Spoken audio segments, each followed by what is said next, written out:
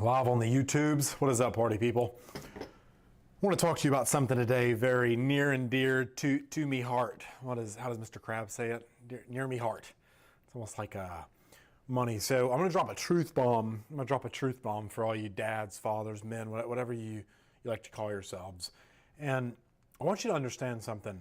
Avoiding hard conversations doesn't keep the peace. It just delays the explosions, the inevitable, the rapturing, whatever you want to call it. And this skill of addressing hard conversations and approaching them with grace, with dignity, with admiration, with perseverance, it's one of the greatest gifts that you could really have as a dude, is being able to think of how you think of other men when they can't.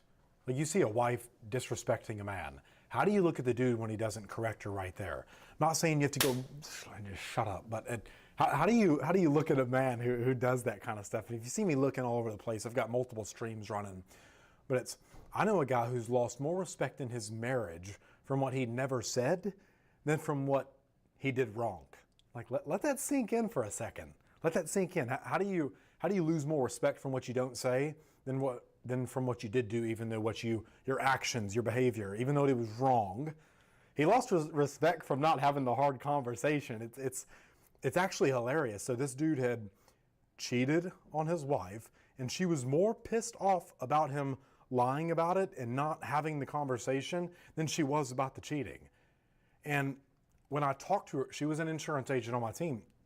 And when I talked to her about it, she said she was so disappointed in the fact that he couldn't just own up to what he did.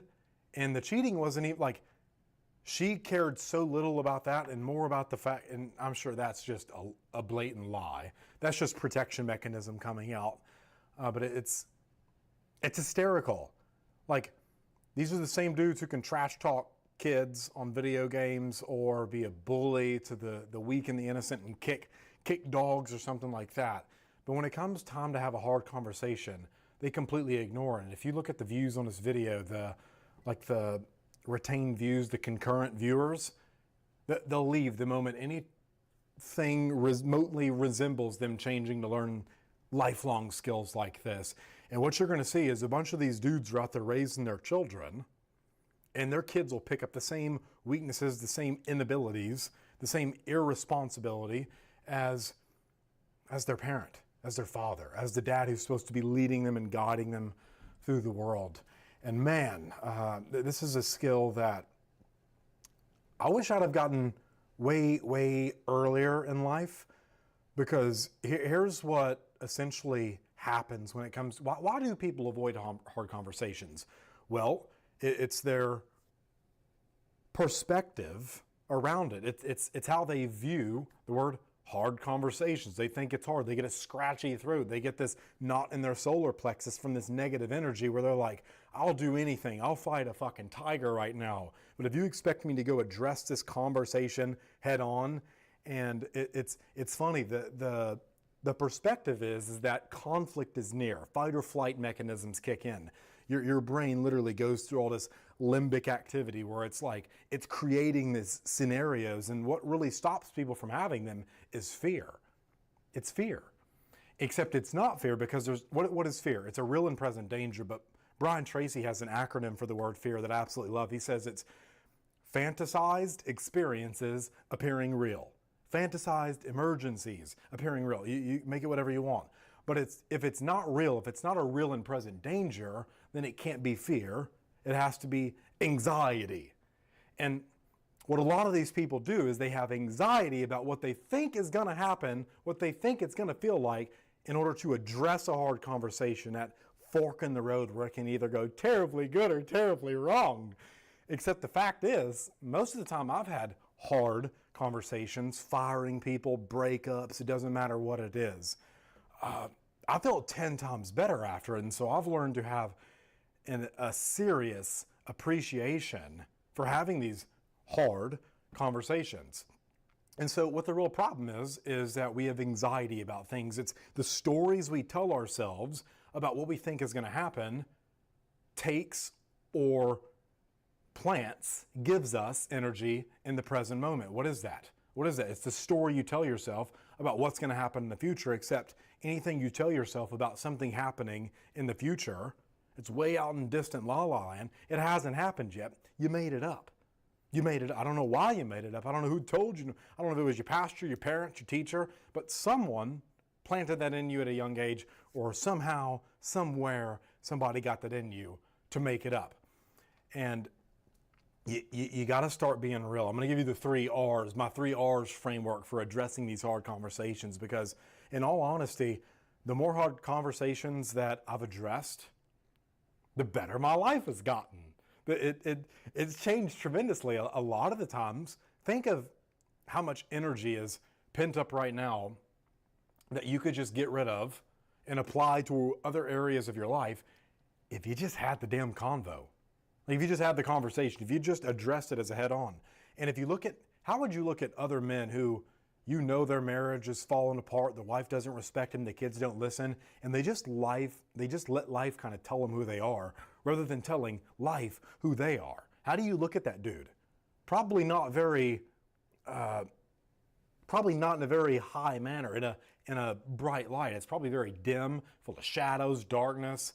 And now imagine how you look at you when it comes to, or how others look at you, how your wife looks at you when you don't address things, when you don't bring them up and nip it in the bud, when you're a man. And so most guys would rather argue with strangers on Facebook than sit down and talk honestly with their wife. And what's funny about this is when it comes to having hard conversations with ourselves, most men would rather go have that hard conversation with their wife than have it with ourselves. And that's something that just, it blows my mind. It blows my mind because it's so easy to be honest with yourself, but it's also so easy to BS yourself and tell yourself everything is fine. And there's a fine line between all that stuff.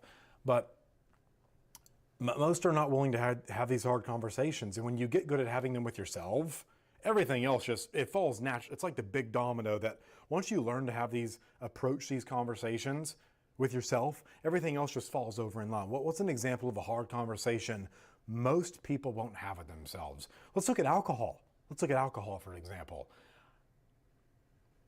Most people that I know, if I go into social outings, any events, people are, Mason, what kind of beer you want? What can I put in your cup? It's like, you got any water, or like, you got any Dr. Pepper here? They're like, you don't, like, I just bought all this beer and whiskey and you're saying that you want Dr. Pepper? It's like, it's like they can't compute it. It's like they can't think for themselves or comprehend how another human doesn't have to drink to be social, who doesn't have to drink to let their real personality shine. And it cracks me up.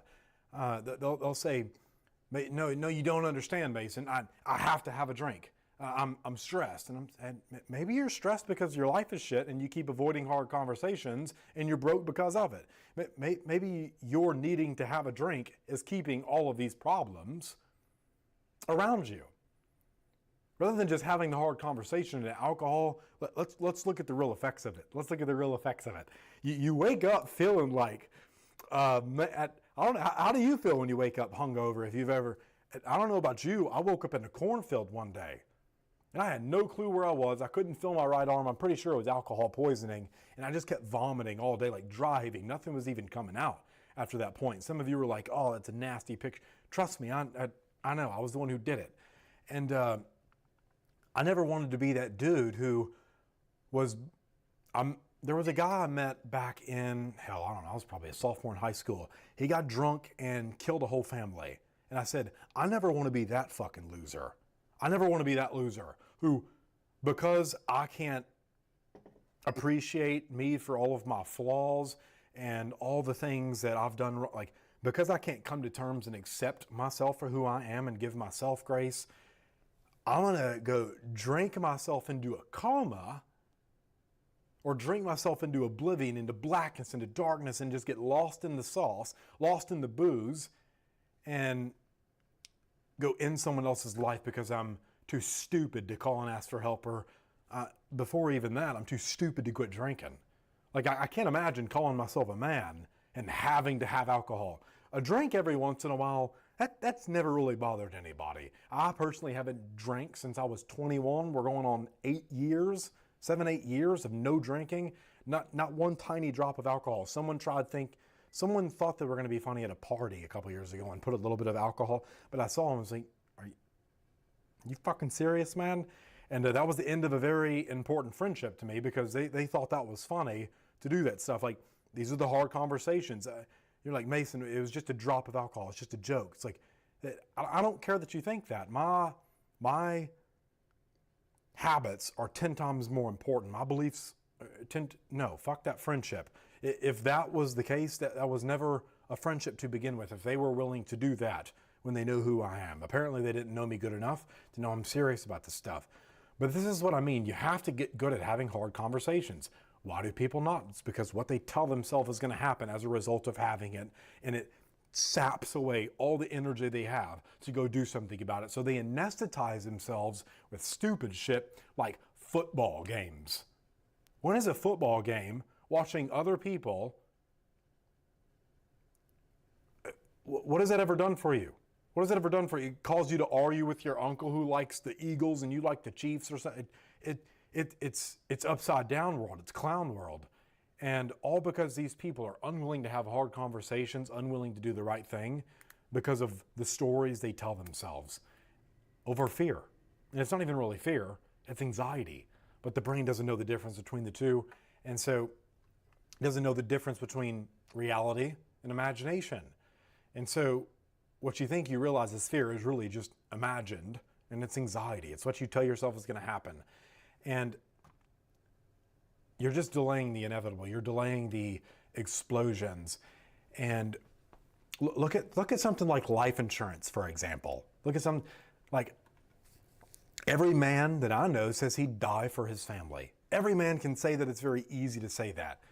But most guys that I've met on life insurance, like calls, sales calls, anything like that, their wife is the one answering most of the questions. Why is that? It's because she's so heartbroken, so stricken down with panic and anxiety about what's going to happen when the breadwinner dies, and she's stuck actually going to have to do something rather than OnlyFans or putting cash apps in bios like an idiot, because she doesn't realize there's better ways out there than selling nudity. And I've been down that road. It's not very pretty, trust me. It's not something I'm proud of. It's not an age or an area of my life I'm proud of. But we all do silly things, right? But it's so funny. These dudes will say they do anything. They take a bullet for their family, yet they won't sign on the dotted line for a $40 a month commitment to make all the debt disappear. And see, there's typically two types of guys. There's promise keepers and there's promise breakers. And who do you want to be known as? It's very easy as a dude to put food on the table while you're alive and provide. It's very easy. I mean, even if you had to steal the food from the next door neighbor, if you had to rob Peter to pay Paul to put food on the table, it doesn't matter. But there's very few dudes that I know that when they died, that same table would still be full of provisions for their loved ones 10 years after they were gone. And so I've got a shit ton of life insurance. I've got so much life insurance. I'm proud of that stuff because I know, God forbid anything happens, my wife and my dogs are set for life. They would never need for nothing, worry for nothing. And life insurance, it's such a beautiful thing because you don't leave them where you are. You leave them where you want them to be. You leave them where you want them to be. Instead of them having to take 10, 20, 30 years to struggle and figure things out and go through learning curves and try to find a way. You just shortcut the process and you say, here, I'm going to drop you 30 years off in the future where you would be had I still been alive. But we're going to give that to you tomorrow rather than you trying to do that yourself. And that's a man's responsibility. That's a man's responsibility. But I'm able to have those hard conversations. If you're in sales, if you're delaying hard conversations, the truth bombs. You're not going to make very much money as a salesperson doing that. So you have to address it. So what are the 3 R's for having hard conversations? Well, it's respect, reality, and resolution. You have to start with respect. It's not an attack. God forbid, if I bring up anything to anybody, they think it's an attack on them, an attack on their projection. And so just accept things and people for what they are. And sometimes help hurts before it helps. And here's how to know if someone's ready for help is if they come to you. If you go to them, it comes as unwanted, unsolicited advice, and nobody wants that. Outside of myself, it takes a lot to hang out in places that are not echo chambers. I listen to far more people that I disagree with and that I hate than that I do agree with and that I love. Why? Because you'll learn more by chewing on what you disagree with rather than surrounding yourself with yes men and echo chambers. Imagine hanging out with a group of women all day. Even though you were overweight, those women would never tell you that, should they? No, girl, you're just big boned. You're just a little fluffy. Guys are never gonna, they're like, damn man, you've gotten fat as hell. What have you been doing? You've been eating your fucking wife's Cheetos again, haven't you? That's how dudes talk to each other. And so staying in those echo chambers just keeps you mentally overweight, physically obese. It's a disgusting, perverse mind view and mentality of the world that affects everything else, because how you view what you do ultimately dictates how you do what you do. And man, I wish these are the things that I would have known at a younger age, but you start with respect, okay? When it comes to approaching hard conversations, you start with respect, you stay grounded in reality, you stay with the reality, and you end with resolution, okay? So it's not an attack, but you tell them, hey, here's my intention. I'm coming at this with all due respect. Here's what I notice. Take it or leave it, blah, blah, blah. And then you stay with reality. You don't fight their fantasies. If you look at most people, they'll try to spider web. I call it spider webbing as a technique where they try to throw in multiple different bits of information that are somehow not even intermingled or connected, but they try to do it, and you just bring them back down to facts. That's a chunking technique I'll have to show on a different video. But then you end with resolution. It's not about winning, but securing peace and clarity. It's understanding, which brings me to a story in the Bible. When he realized these people were building the Tower of Babel to get up there and reach the heavens, basically to surpass him, he scattered them and jumbled their languages. And if you look at what that's done today, we have a hard time understanding one another. If I were to ask two grown adults if I asked you, and you can comment down below if you want to engage, you'll get more out of this if you do. I highly recommend it. If you had to define the word love with 3 other words, what would your 3 words be? What would your 3 words be if you had to make up the word love? If you had 3 words to describe love, what would it be? Mine would be God, understanding, and loyalty. Now, someone else, see, that's how someone shows me love. It has to be in a godly way. It has to be how God defines love. It has to be consistent. And if you look at the word loyalty, what is that? That's for another video. I'll go more in depth. But if you only have one option, a lot of you dudes say you're loyal to your wife, or you're a wife and you're loyal to your husband. If there's no other alternative options that you have the ability to exercise, it's almost like if you eat apples every day, but you also have the option to eat oranges, but you still only eat apples, that would be real loyalty to apples. If you're a dude and you've only had the option of one girl your entire life, and you say you're loyal to her, you are lying to yourself, and your wife knows it, which is probably why she settled for you. Which is funny, she settled down. You got someone out of your league. It's hysterical because she knows she can run laps around you, and she doesn't love you at all. She doesn't respect you. She is not loyal to you. She's just having fun with you, okay? So if you're a dude in one of those situationships, I highly recommend that you get GTFO, okay? Get the freak out of there, bro. But anyways, that is Troy. Baby, am I saying anything wrong? My beautiful wife is sitting right next to me. Am I saying anything that's untrue? No. No? Can you say it a little louder? Am I holding you at gunpoint while I'm asking you this or anything? No. Okay, just making sure. See, I'm not just talking out of my ass. This is real life experience. And it's truth. It's truth. And what does the good old Bible say? The wisdom from up above is first pure and then peaceable. What does that mean? Why is it pure first and then peaceable? Well, it means that it doesn't seek to get along with everybody at all costs. It doesn't care how you feel about the truth. Truth is the truth, whether you agree with it, it's almost like gravity, right? Gravity doesn't care if you agree with it. Gravity doesn't care if you understand it, acknowledge it, how you feel about it. If you jump off of a roof in Japan, or you jump off of a roof in Austria or Austin, Texas, you're still going to go splat on the bottom, whether you know about gravity, that's how truth is. It doesn't care whether you know about it, agree with it, and that's how you have to be. You have to stay with reality. You have to stay grounded in facts when it comes to these conversations.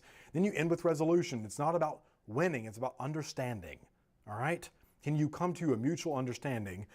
And if you look at the 3 words, what I'm doing right now is opening a bunch of loops. You're like, what the hell? Anyways, your unconscious mind will thank me in 3 months from now when you're like, oh my God, that's what he meant. How beautiful is this baby? Are you learning anything over there, my honey boo, sweetie Latina? Are you learning anything? What are you learning? Everything with you. What is everything? That's a mass overgeneralization. My wife tries to gas me up sometimes, but I don't take it. I make her be real with me. What have you learned? A lot about life. What is a lot about life? Be specific. I need specificity. Why are you putting me on the spot? What have you learned? What could you take and go apply? There's a lot you taught me. What is a lot? Now this is 3 generalizations now. I need some specifics, sweetheart. Tell me. What do you got? What have you learned from old Mason? Conflict resolution. What does that even mean, Kobe Bryant? See, here's how you have a hard conversation. Here's a cheat code. You just ask someone what the hell they mean. What do you mean? What is conflict resolution? What does that mean? Anytime there's a conflict, we come up with the best solution. See, look at that. There's always a best move on the board, even in the game of chess. On our first date, I had to kick her ass, and if you want to see how someone handles conflict, go play chess with them. It'll teach you everything you need to know about how they approach stress or conflict.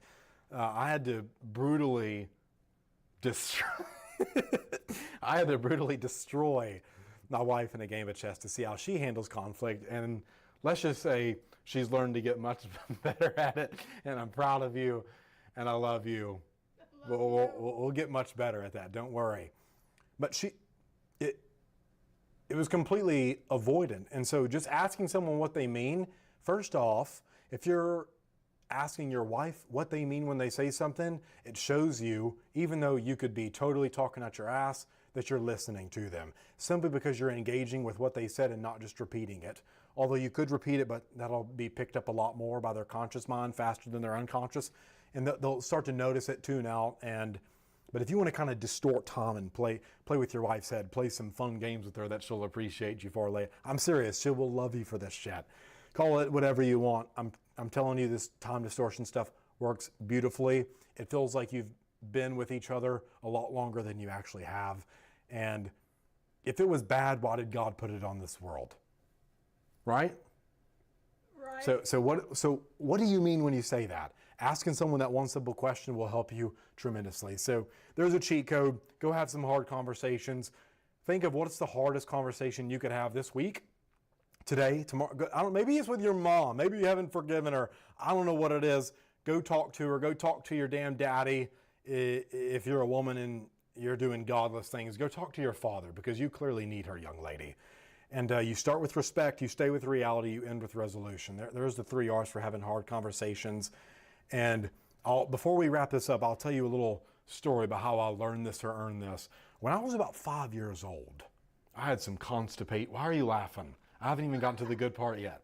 I had constipation issues. My great-grandma and my mom would always, that Pepto-Bismol, that pink shit, make me drink it. Because I would go like 4 or 5 days without going for a number 2, without excreting, to use a scientific word rather than my favorite S word. And one day it got so bad that I ran to my bedroom, went number 2 on the floor, and I thought I would be smart by hiding it with my stuffed animals. I know, what an embarrassing story, Mason. And a couple hours later, my mom, we're sitting there watching Lord of the Rings for the 18th time that day. Man, I can, if you want to talk about a movie, I can repeat word for word all 3 of them in the trilogy. It's Lord of the Rings, and I can recite it pisses my wife off when I'm talking about Harry Potter or Lord of the Rings. I can recite every line. We were watching Lord of the Rings, and my mom starts gagging, just like, and she runs to the other room. She smells it. she moves my stuffed animal and she sees like an anaconda there. It just, I got my ass handed to me that day.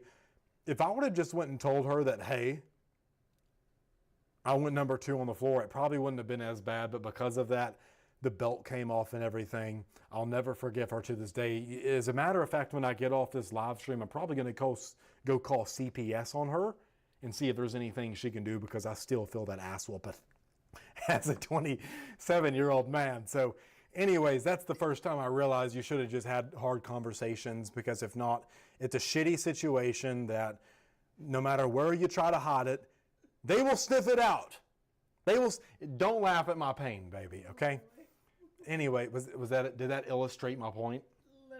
Literally, yeah, that was a shitty situation. So go have hard conversations, because how do you look at me, babe, when I have hard conversations with you? How do you look at me in that light? What do you think of me? Half the time you look at me like you want to rip my clothes off after the fact, but how do you look at me?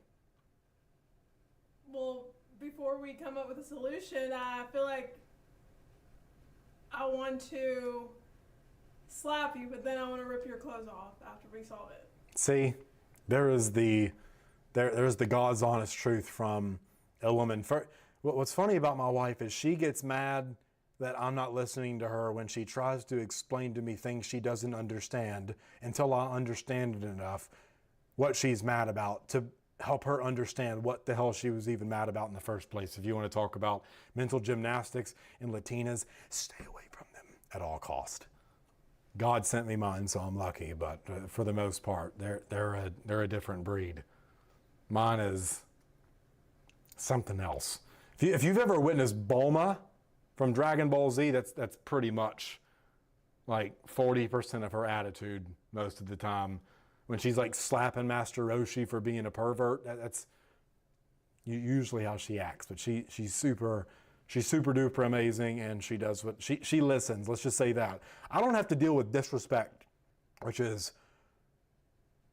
I'm not going to say nice, because it's just expected. You engage with me on my terms, or engage with me none at all. And if you're a dude, you have to set the fucking ground rules like this in your life. You can either tell the world who you are, or you can let the world tell you who you are. And if your life is not how you want it to be, it's probably because you don't respect yourself. And how do you know if you don't respect yourself? Is if you feel other people don't respect you, because it's a projection. And it's the world telling you, hey, motherfucker, do what you say you're going to do. It's that simple. Okay, so I'm going to get off here. We're going to go watch a cool podcast together, because couples that learn together, I don't know. I'll come up with it. Yeah, couples that pray together, stay together, something. I'll come up with a clever analogy for that. But I love you all. Keep being awesome. You're going to see a lot more things like this on my channel. So make sure you're subscribed. If you're on Facebook, follow. Hit the like button. It helps me get like 3 cents per view or something out of Mark Zuckerberg's pocket. So if you want to stick it to the ultra rich elite and help put 3 cents in my pockets to help feed a hungry Latina every day and 2 huskies, because they eat me out of a household. I used to make a lot of money until I got married. Let's just say that. I can't believe this. Anyways, I love you all. Keep being awesome. Don't be filthy degenerates. Go have hard conversations, and I'll see you on the next one. And go buy some. There's links down below in the bio. Go check out some of my insurance programs. You won't regret it. I can promise you that. All right. See ya.